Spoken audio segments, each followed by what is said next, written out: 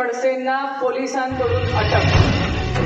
मला अभिमान आहे की मला अटक केली ना तर ते माझ्या शेतकरी बांधवांसाठी अटक केली, कारण मी शेतकऱ्यांचे प्रश्न मांडले, त्यांच्यासाठी मी आवाज उठवला। मी मुख्यमंत्र्यांना जाब विचारायला रस्त्यावर गेली आणि ते जाब विचारत असताना मला जर पोलिसांनी अटक केली ना, 100दा अटक करू द्या, मला मान्य आहे। सहकारी पदाधिकारी यांनी या रॅलीमध्ये सहभागी व्हायचंय। महाविकास आघाडीच्या सगळ्या नेत्यांनी जो माझ्यावर विश्वास दाखवला आहे आणि मला मुक्ताईनगर विधानसभेचे तिकीट दिलं आहे, या मतदारसंघाची उमेदवारी देऊन त्यांनी जो विश्वास माझ्यावर दाखवला आहे, तो विश्वास आपल्या आशीर्वादाने आपण सार्थकी ठरवावा ही विनंती करण्यासाठी आज आम्ही इथे आलोय। खरं बोदवड तालुका म्हटला तर आदरणीय पवार साहेबांवरती निष्ठेने प्रेम करणारा मी कायम प्रत्येकाला प्रत्येक वेळेस भेटले तर म्हणते की ह्या बोदवड तालुक्यातल्या प्रत्येक व्यक्तीने आदरणीय पवार साहेबांवरती जे निष्ठेने प्रेम केले ना त्याला तोडच नाही। पैसा येऊ द्यात, कुठलीही आश्वासनं येऊ द्यात, काहीही झालं तरी पवार साहेबांना न सोडणारी लोक कुठली असतील तर बोदवड तालुक्यातली आहे आणि हीच बोदवड तालुक्यातली जनता कायम बारामतीकर म्हणून ओळखली जाते। यासाठी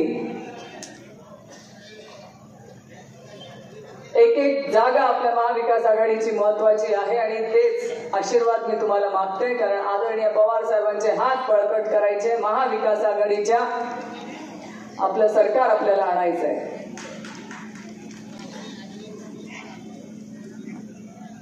खरं तुम्ही सगळे इथे उपस्थित आहात,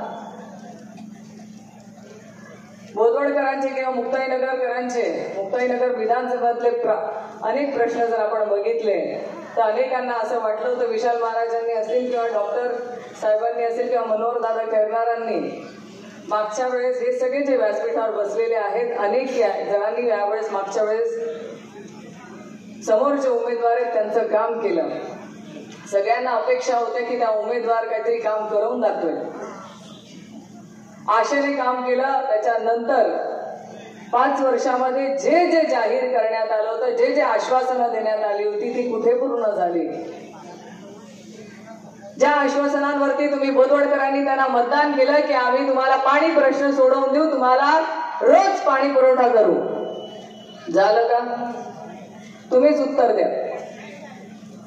ज्या ओडीए योजनेच्या माध्यमातून आदरणीय नाथाभाऊंकडून जी योजना मंजूर झाली, ज्या योजनेतून तुम्हाला बोदवडकरांना पाणी मिळत होतं, आजही त्याच योजनेतून पाणी मिळत आहे। या 5 वर्षामध्ये कुठलीही नवीन योजना आणली गेली नाही। तुम्हाला त्यावेळेस जे पाणी मिळत होतं तेच जर पाणी तुम्हाला मिळत असेल तर यांनी 5 वर्षामध्ये केलं काय?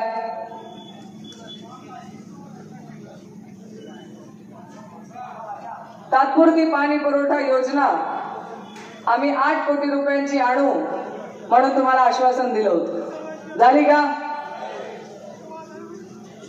खोटं बोलणं सुरू आहे। भुगवटा धारकांना 650 दुकानदार जी आहेत ज्यांना ग्रामपंचायतीकडून त्यांना दुकानं दिली होती, त्यांना भुगवटा धारक म्हणून ते आज त्यांची पोटं भरतायत, त्यांच्या पोटावर लाथ मारण्याचं काम करण्यात आलं। नगरपालिकेमध्ये हे सगळे दुकानं खाली करून घेण्याचा ठराव करण्यात आला। मला सांगा, एवढ्या 30 वर्षात आम्ही कधीच हे केलं नाही, कोणाच्या पोटावर लाथ मारण्याचं काम नाही केलं। आपल्या मतदारसंघामध्ये काम करत असताना प्रत्येक समाज, प्रत्येक व्यक्तीला प्रगतीच्या मार्गावरती घेऊन जाण्याचं काम आपण केलं। आज बोदवड तालुक्यातल्या शेतकरी बांधवांची काय अवस्था आहे? जेव्हा अतिवृष्टी झाली, अतिवृष्टीचं नुकसान झालं, तेव्हा प्रत्येक घरापर्यंत, प्रत्येक शेतापर्यंत आम्ही जाऊन पाहणी केली, पंचनामे करायला लावले। आशा होती पंचनामे केल्यानंतर सरकारकडनं 2 पैसे मिळतील, माझ्या ह्या दुष्काळग्रस्त तालुक्यातल्या शेतकरी बांधवांना मदत होईल। पाठपुरावा केला, पत्र दिली, मुख्यमंत्री महोदयांपर्यंत पत्र व्यवहार केला, पण 1 पैसा या शेतकरी बांधवांच्या खात्यावरती आला नाही। मला सांगा, एकदा तरी या 5 वर्षाच्या कार्यकाळामध्ये एकदा तरी आमदार महोदयांनी तुमच्या केळीचा, तुमच्या कपाशीचा, तुमच्या सोयाबीनचा, तुमच्या दुष्काळाचा, तुमच्या पाणी प्रश्नाचा, तुमच्या अतिवृष्टीच्या नुकसानाचा मुद्दा विधानसभेमध्ये मांडला का? तुमचे कुठले प्रश्न विधानसभेमध्ये मांडले गेले ह्याचं तुम्हीच मला उत्तर द्या. मांडला का कुठला तरी मुद्दा? हो, तुम्हाला आठवतं का की कपाशीच्या मुद्द्यांवरती असं बोललं गेलं का कधी विधानसभेमध्ये की हो आमच्या शेतकरी बांधवांना कपाशीची रक्कम मिळावी? एकदाही नाही. जर तुम्ही आमच्या शेतकरी बांधवांचे प्रश्न विधानसभेमध्ये मांडत नसाल, आमच्या तरुणांचे बेरोजगारीचे प्रश्न विधानसभेमध्ये मांडत नसाल, आमच्या माता भगिनींचे प्रश्न विधानसभेमध्ये मांडणार नसाल, आमच्या विकास कामांच्या बाबतीमध्ये विधानसभेमध्ये आपण प्रश्न उपस्थित करणार नसाल, तर मग या जनतेने तुम्हाला निवडून का द्यावं? का द्यावं? विधानसभा हे उच्च सभागृह आहे, जिथे तुमच्या समस्या मांडण्याचं ते ठिकाण आहे. तिथे जे प्रश्न, जे मुद्दे मांडले जातात ते प्रश्न मार्गी लागण्याचं ते सगळ्यात सर्वोत्कृष्ट सभागृह आहे. मला सांगा, एवढ्या उच्च सभागृहामध्ये जर तुमचे प्रश्न 5 वर्षामध्ये मांडले गेले नसतील तर आपल्या हातात काय आलं? हाही सारासार तुम्ही विचार करा. गेल्या 5 वर्षाच्या काळामध्ये आपल्या बोदवड तालुक्याला परमनंट कर्मचारी नाही. मला सांगा, तहसीलदार नाही, बीडीओ नाही, डॉक्टर लोक नाही, तहसील कार्यालयातले नायब तहसीलदार, इतर कर्मचारी नाही, पोलीस स्टेशनला कर्मचारी नाही, आरोग्य यंत्रणा कचऱ्यात पडलेली. मग जर 5 वर्ष तुम्ही कायम सत्तेत राहिलात की नाही? या 2.5 वर्षामध्ये तर तुम्ही आमदार, पालकमंत्री तुमच्या पक्षाचे, मुख्यमंत्री तुमच्या पक्षाचे, तुम्ही ठरवलं असतं तर आमच्या बोदवडकरांचे प्रश्न मार्गी लावू शकला नसतात का? इच्छाशक्ती नाही.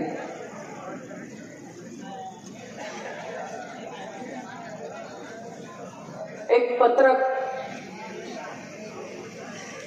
दुसऱ्यांवरती आरोप करायची आणि स्वतःची पोळी शेकून घेण्याचं काम फक्त या 5 वर्षामध्ये केलंय. आज काही आपल्या मतदारसंघातल्या काही गावांमध्ये रामदास भाऊ एक पत्रक वाटण्यात आलं. पत्रक मी वाचलं. त्या पत्रकामध्ये उल्लेख केलेला आहे, एका न्यूजपेपरची एक कटिंग टाकली आहे, फक्त एक ओळ कट करून टाकली आहे. रोहिणी खडसेंना पोलिसांकडून अटक. जे बातमीची त्यांनी ती लाईन टाकली आहे ना, जी ओळ घेतली आहे ना, त्या ओळीचा अभिमान आहे मला. ती ओळ केव्हाची आहे माहिती आहे? जेव्हा मुख्यमंत्री महोदय एकनाथरावजी शिंदे साहेब जळगावला आले होते आणि आदरणीय नाथाभाऊ, आदरणीय भैया साहेब, आम्ही राष्ट्रवादी काँग्रेस पक्षाच्या सगळ्या नेत्यांनी जेव्हा आमच्या कपाशीला भाव मिळावा, आमच्या केळीला भाव मिळावा, आमच्या सोयाबीनला भाव मिळावाचं आंदोलन केलं होतं ना, आणि त्या आंदोलनामध्ये काळे झेंडे दाखवले होते, त्यावेळेस मला अटक करण्यात आली होती. मला अभिमान आहे की मला अटक केली ना तर ते माझ्या शेतकरी बांधवांसाठी अटक केली, कारण मी शेतकऱ्यांचे प्रश्न मांडले, त्यांच्यासाठी मी आवाज उठवला. मी मुख्यमंत्र्यांना जाब विचारायला रस्त्यावर गेली आणि ते जाब विचारत असताना मला जर पोलिसांनी अटक केली ना, 100दा अटक करू द्या, मला मान्य आहे. काय गुन्हा केला हो? शेतकरी बांधवांचे प्रश्न मांडणं चुकीचं आहे. सरकारने त्यावेळेस मला अटक करून दिवसभर पोलीस स्टेशनमध्ये डांबून ठेवलं. मी एक महिला आहे हा देखील विचार त्यावेळेस सरकारच्या लोकांनी केला नाही. मला असे 100दा जेलमध्ये टाकलं तरी मान्य आहे, पण मी शेतकरी बांधवांचे प्रश्न हे मांडत राहील, मांडत राहील, मांडत राहील. आता 5 वर्षाचा हिशोब तुम्हाला द्यावा लागणार आहे. मी सांगू शकते 30 वर्षात काय केलं. या बोदवड तालुक्याची निर्मिती ह्या 30 वर्षात झाली. इथे तहसील कार्यालय ह्या 30 वर्षामध्ये झालं. प्रत्येक गावाला जे जोड रस्ते झालेत ना, चारी मेरा, ते ह्या 30 वर्षाच्या कालखंडात झाले. गाव तिथे बुद्धविहार ही संकल्पना राबवून आज प्रत्येक गावामध्ये जे बुद्धविहार दिसतंय ना, ते ह्या 30 वर्षात उभं राहिलं. जिथे जिथे तुम्हाला सामाजिक सभागृह दिसत आहेत ते ह्या 30 वर्षात उभे राहिले. भोतवड उपसा सिंचन योजना असेल, या उपसा सिंचन योजना पैसा ह्या 30 वर्षामध्ये आला. मुक्ताई उपसा सिंचन असेल, पुरा वडोदा उपसा सिंचन योजना असेल, वरणगाव उपसा सिंचन योजना असेल, या योजना उभ्या राहिल्या का या 30 वर्षामध्ये. ऍग्रिकल्चर कॉलेज असेल, अल्पसंख्याकांचं कॉलेज असेल, हे सगळं उभं राहिलं या 30 वर्षामध्ये. मुक्ताई मंदिराचा, आपण सगळे वारकरी आहोत इथे, मुक्ताई मंदिराचा जीर्णोद्धार करण्यासाठी 100 कोटी रुपयाचा जो प्रोजेक्ट मंजूर झालाय तो आदरणीय नाथाभाऊंच्या कार्यकाळात झालाय. 5 वर्षात 1 पैसा त्या मंदिराला न देण्याचं करंट काम ह्या लोकप्रतिनिधींनी केलंय. मला सांगा, वारकरी म्हणून यांना मतदान करणार आहात तुम्ही? पोखरा योजनेचा जो लाभ आपण प्रत्येक शेतकऱ्याने घेतला, ती पोखरा योजना भाऊ कृषी मंत्री असताना बाबांनी हा जळगाव जिल्हा पोखरा योजनेमध्ये समाविष्ट केला, म्हणून पोखरा योजनेचे लाभ आपल्याला घेता आले. आज भोतवड तालुक्यातील सर्व मोठे साठवण तलाव जे आहेत ते आदरणीय नाथाभाऊंनी उभे केले. कामं झालीत ना, कमी जास्त झाले असतील पण कामं झालीत. आणि मी हे अभिमानाने सांगू शकते की त्यावेळेस या मतदारसंघामध्ये विरोधकांचीही कामं झाली आणि आपल्याही पक्षाची कामं झाली. सगळ्यांची कामं करण्याचं काम भाऊंनी केलं, आणि ते पण शांतताप्रिय मार्गाने. आता काय, गुंडागर्दी, दादागिरी, दडपशाही. मी महिला म्हणून, लोकप्रतिनिधी म्हणून काम करत असताना ज्या गलिच्छ प्रकारे माझ्या बाबतीतले वक्तव्य हे लोक सोशल मीडियावरती टाकतात, मला सांगा, तुमच्या आया बहिणी आहेत, असले वक्तव्य सहन करणार आहात तुम्ही? हे लोक तुम्हाला लाडकी बहीण म्हणून मतं मागायचा अधिकार आहे का यांना? जेव्हा एक लोकशाहीने दिलेल्या अधिकाराने एखादी महिला निवडणूक लढवत असेल तर त्यात गैर काय? तिच्यावरती तुम्ही खालच्या स्तरावरती जाऊन खालची पातळी गाठून जेव्हा वक्तव्य करतात, तेव्हा तुम्हाला माता भगिनींचं नाव घेण्याचा पण अधिकार नाही, त्यांना मतं मागण्याचा पण अधिकार नाही.